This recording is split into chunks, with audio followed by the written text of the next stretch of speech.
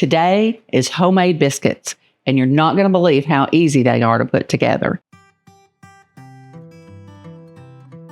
Years ago, I tried to make homemade biscuits, and they did not turn out great. And so I just avoided making them for years. But a while back, I tried again, found a new recipe, and I thought, I'm going to give it another shot. And I've learned a few tricks along the way, and now these biscuits are delicious. They're light and fluffy, and they are oh so good. And you're going to love them, and you can do it too. Hi, I'm Mary Catherine. Welcome to my table. So today, for our biscuits, the ingredients are so simple. We start with self-rising flour. We start with real butter, and I use the salted kind. And then we need buttermilk, and those are the only ingredients we have. But I'm going to show you a little trick how to make buttermilk at home if you don't keep it in your fridge. I don't typically keep it, but I always have vinegar on hand. So what you want to do is take your sweet milk and you just drizzle a little bit of vinegar into it, like that. And then I'm just going to give it a quick stir, and you just let it sit for a few minutes, 3 or 4 or 5 minutes. It'll be good to go. It'll curdle just like buttermilk. And so that's how I make buttermilk at home and don't have to keep it on hand since we don't drink it. So what I've got here in the bowl is 3 cups of flour, but we want 4 total cups of self-rising flour for our biscuits. And this is what you want your cup to look like. Here's the 4th and final cup. You want it to be extremely level. You don't want to pack your flour in. You just kind of let it sit in it. And so this is our 4th cup. So 4 cups of self-rising flour is what we start with. And then we want to add our butter. Now you can do this different ways. You can just cut it up. You can use a pastry blender to blend it in there. But what I have found is the easiest way is to just grate the butter directly into the flour. So I just use a little hand grater like this, and you want your butter to be very cold right out of the fridge before you do it. Or if you prefer, you can even freeze it for a little while and get it a little extra cold. And that is going to make the best biscuits when you have really cold butter, and it makes it easier to grate. And see how easy that is? Just going to grate it directly over the flour, and then you'll see that with just a couple quick stirs of the spoon, we'll have our butter incorporated into the whole bowl of flour. And it doesn't take long at all to do this. If you freeze your butter, it will take a little bit longer to grate it because it's harder. All right, there we go. There's our butter.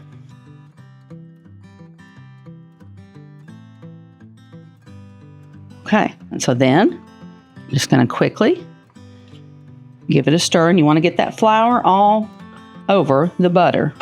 So you want to kind of make sure it's separated in your bowl. You don't want clumps of butter just in one section. You want your butter all throughout all your biscuits. It's starting to look like we want it to, where you don't see a lot of butter, so you know it's incorporated throughout. There we go. So we've got our flour and butter mixture ready. And all in the world we do now is to add a little bit of buttermilk. Okay, one thing I'm going to stop and do right now before we add our milk, our buttermilk, to the biscuits. I've got my cast iron skillet. I like to bake my biscuits in this. And I've got just a little butter, maybe about a tablespoon. This is what's going to coat our iron skillet. I'm going to go ahead and pop it in my oven. I have my oven on 410 degrees. It's already preheated. So I'm going to put my skillet in and let that butter melt while I finish my biscuits. And you do not want to let that butter stay too long because that butter can burn really quickly. Okay, we've actually let our butter stay in about 3 minutes. And I'm going to pull it out now. And this is about what you want it to look like so that it's not burned, it's just melted. And now we can just kind of swirl it around, and our skillet's going to be ready for those biscuits. So I'm going to just set that to the side, and we're going to finish our biscuits now. And this usually takes about 2.5 cups. I'm going to start by adding 2 cups and stir it, and then I'm going to see what the dough looks like. We want to add just enough buttermilk until the dough comes together. It's going to still feel like it may be a little bit too dry, but you do not want too much liquid in your biscuits. That's going to weigh them down, make them heavier. They're not going to be as light and fluffy and rise as well. So we're going to be careful when we add our milk. And I'll show you about what the dough needs to look like at that point.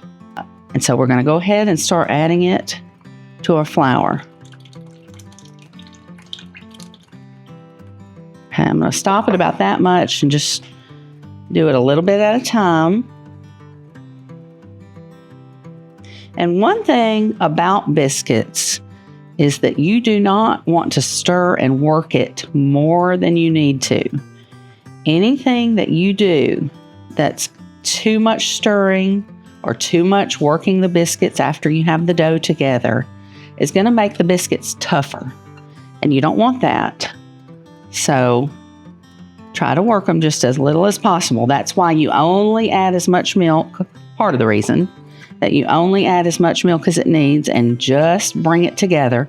And then you stop. You don't mess with your biscuit mix anymore.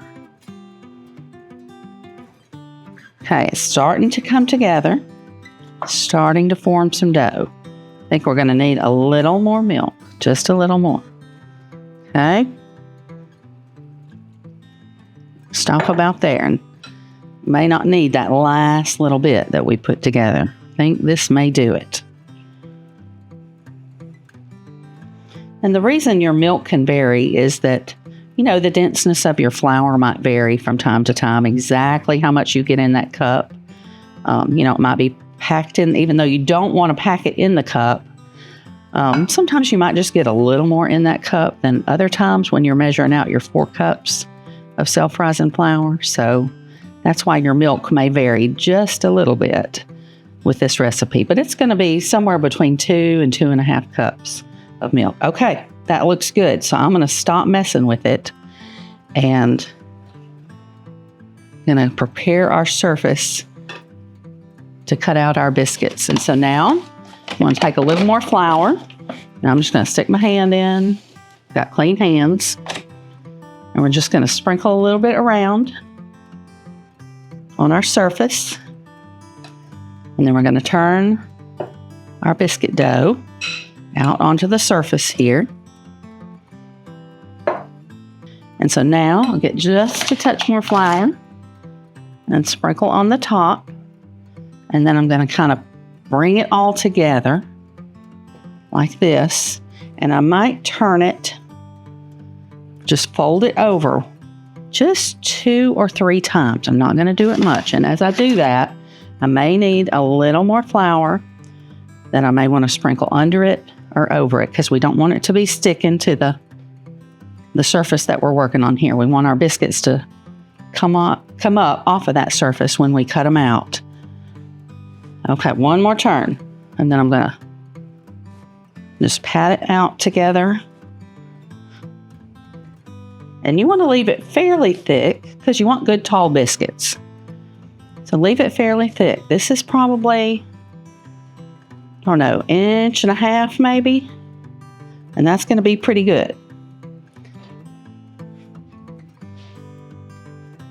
Okay, so now we've got our skillet over here ready, close to our biscuits, and we've got our biscuit cutter ready. You can use whatever size you want. Today I'm going to use a pretty standard size biscuit. You can do them smaller. You can do big, large biscuits if you want to. And here's another trick. When you cut them out, you just want to push straight down. You don't want to twist or anything like that. They're going to do the best if you just push it straight down. And then I'm just going to start popping them into our skillet here. And if there's a lot of excess flour on the bottom, you may want to shake that off before you put them in the skillet. These seem to be just about right. I don't feel a lot of extra on them. And when you place them in the skillet, you want to leave just a little bit of room for them to expand, a little bit in between them, but you don't want too much room because you really want the expansion to happen upward. You want those biscuits to rise really well. So instead of spreading way out. So you just want to leave a little bit of breathing room in there, not a lot. And if you have more biscuit dough than is going to fit in your skillet, then just pop the rest of them on another pan and they'll be just fine. But I want to make them here in the iron skillet for us today. That's my favorite way to make them. They just turn out really good and crispy on the bottom, but they're really soft inside. So I love using the iron skillet. Okay, so now that we've got that done and we have our oven heated to 410 degrees, I'm going to put our biscuits in. Okay, and so now, since the temperature is so hot in the oven, the biscuits are going to cook pretty quickly. It's probably going to take 12 to 14 minutes. So we'll check on them then. Okay, our biscuits are ready. They've actually baked for 15 minutes. I felt like they just needed an extra minute or so today. And see, they look perfectly golden brown. I love them just like that. That's what you want them to look like. And see how that little bit of space between the biscuits has pretty much filled up. They've risen, but they've also spread out just a little bit. That's exactly what you want. So now I'm going to take just a couple tablespoons of melted butter, and we're just going to brush the tops of our biscuits. But it's going to make a difference when you taste it. Just that little bit. You're going to get a little bit of crunchiness on the bottom because we had just a little butter in our skillet. So that's coating the bottom. And then you're brushing this little bit of butter on the top. Not too much. You don't want them to get soggy, but just enough to give them that little extra crunchy edge. That looks just about right. See, we didn't even need all of that butter. They look perfect. So now it's time for the true test. Let's give our biscuits a taste and see if they turned out the way we want them.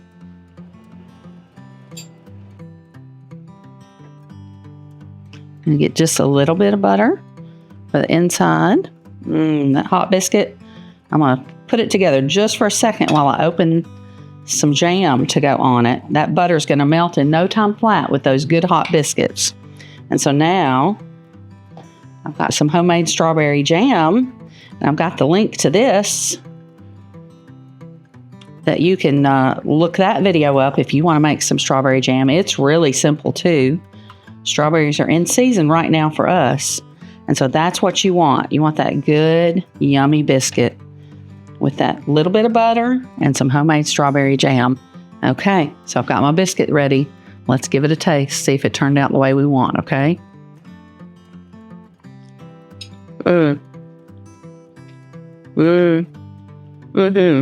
They turned out just the way we wanted today. They're good and pillowy and soft inside, and just a little bit of crispiness on the outside. They're perfect. I hope you'll give them a try today. Thank you so much for joining me at Mary Catherine's Table. Hope you've enjoyed this episode. Click the subscribe button if you'd like to see more content like this. Give me a comment and let me know. If you try the biscuits, comment and let me know how yours turned out. If you have other suggestions, I'm always open for suggestions. Thanks again for joining me.